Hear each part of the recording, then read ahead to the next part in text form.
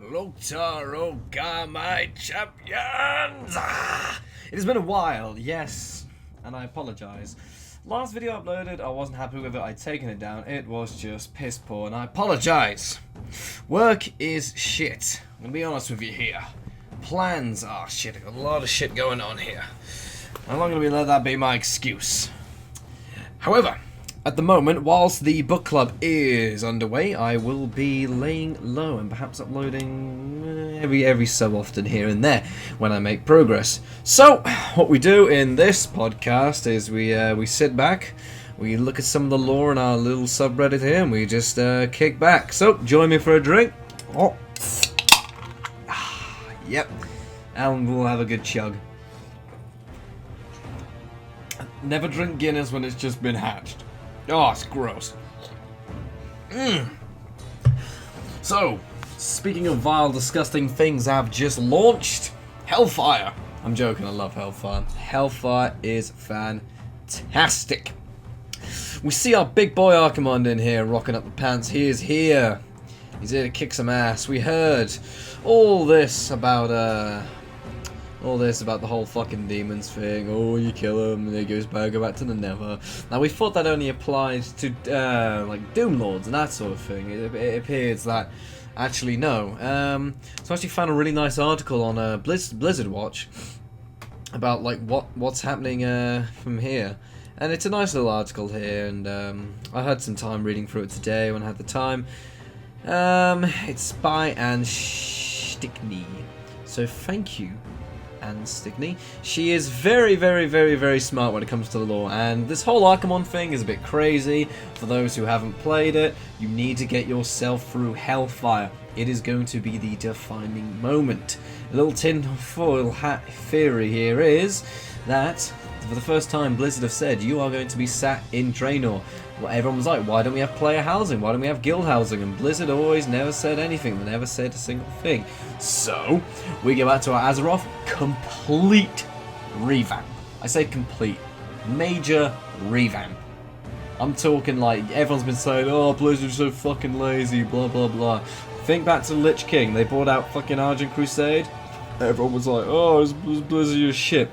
What came next? Fucking Ice Crown, baby. So, let me just read a bit here in the paragraph, Demons and the Twisting Nether. This shouldn't be a surprise to anyone because this is always how demons have worked. The demons are bound to the Twisting Nether. When you kill a demon, it goes right back to the Twisting Nether. There. It will slowly regain its power until it's ready to bounce back again and create more trouble.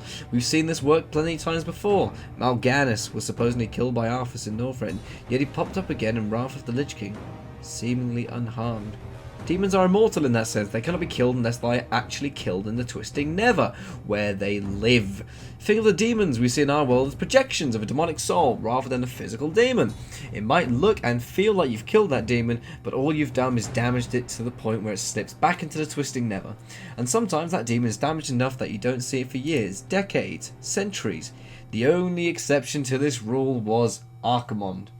As far as we knew, Archimonde died at the peak of Mount Hyjal. He was blown to smithereens, and the assembled armies that fought him there saw it happen with their own eyes. I speculated before the reason Archimonde was fully destroyed was because he was summoned to Azeroth in an extraordinarily powerful ritual. That perhaps he was able to be killed because his physical form had been pulled from the Twisting Nether when he was summoned. It was honestly the only way it could have been explained. Very nice point.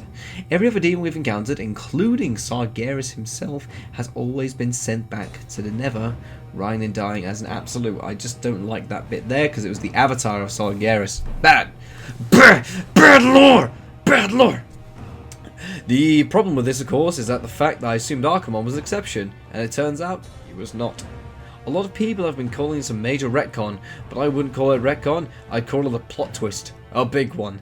The fact that this plot twist had to be revealed or clarified on Twitter is a little disconcerting, because it suggests that the lore of the story surrounding Archimonde's reappearance isn't really clear. Yep, for those who have played you, it just sort of happens. He steps out his board and he's like, yay, what's up, Archimonde? Mind you, we haven't seen patch 6.2 come out yet.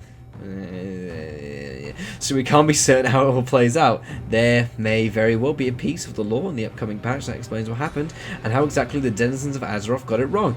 That's because what's really going on here really is just a piece of history that everyone got dead wrong, and I can't imagine Archimonde would be happy about that.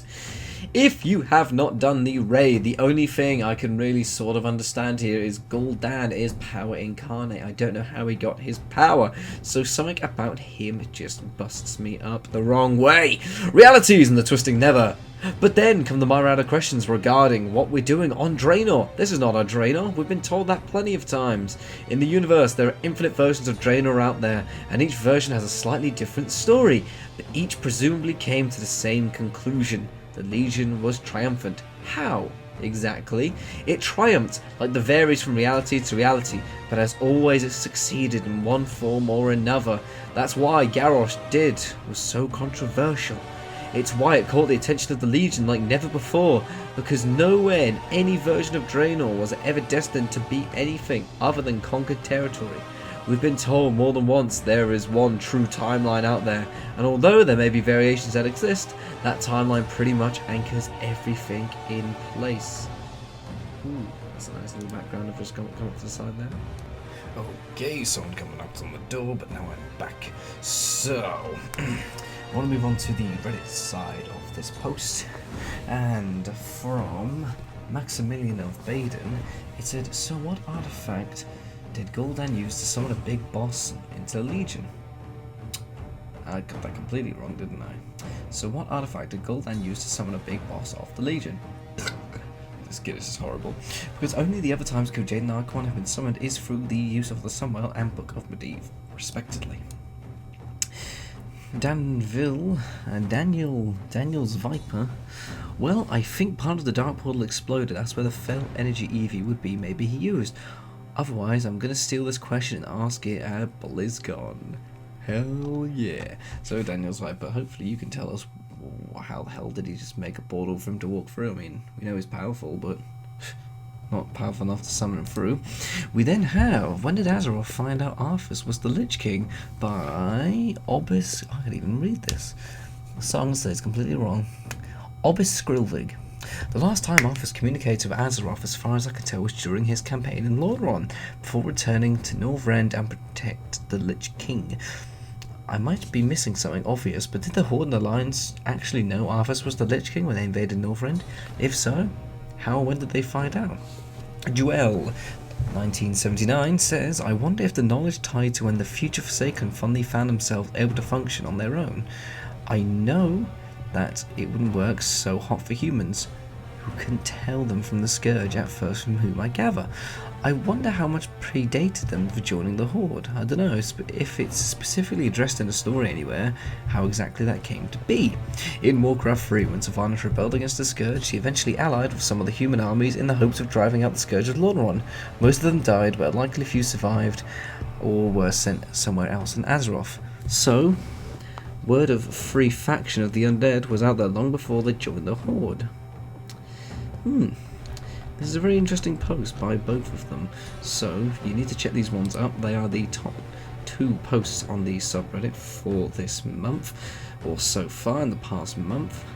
I am going to be doing a couple bits at the end of this month. I will be going to Germany, so you probably won't hear much from me then either.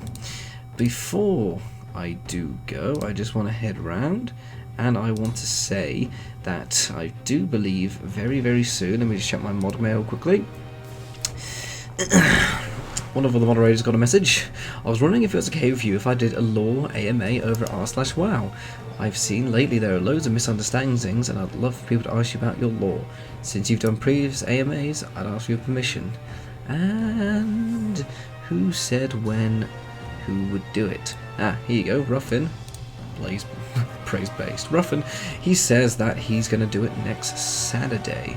So, if you guys are hanging around next Saturday, keep your eyes out on r/wow, because there will be a huge AMA for all things lore-driven there. So if you want to get yourself known out there, get a couple of karma points, that is the place to go. If not, you need to hang around on our thing here with Electric Eclectic, and he will be discussing the next section of the book hopefully very soon.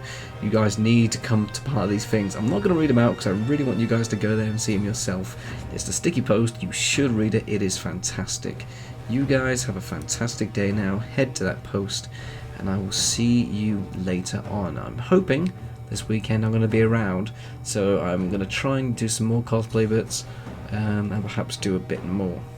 Hellfire's good, Tanan's good, but bring on the next expansion.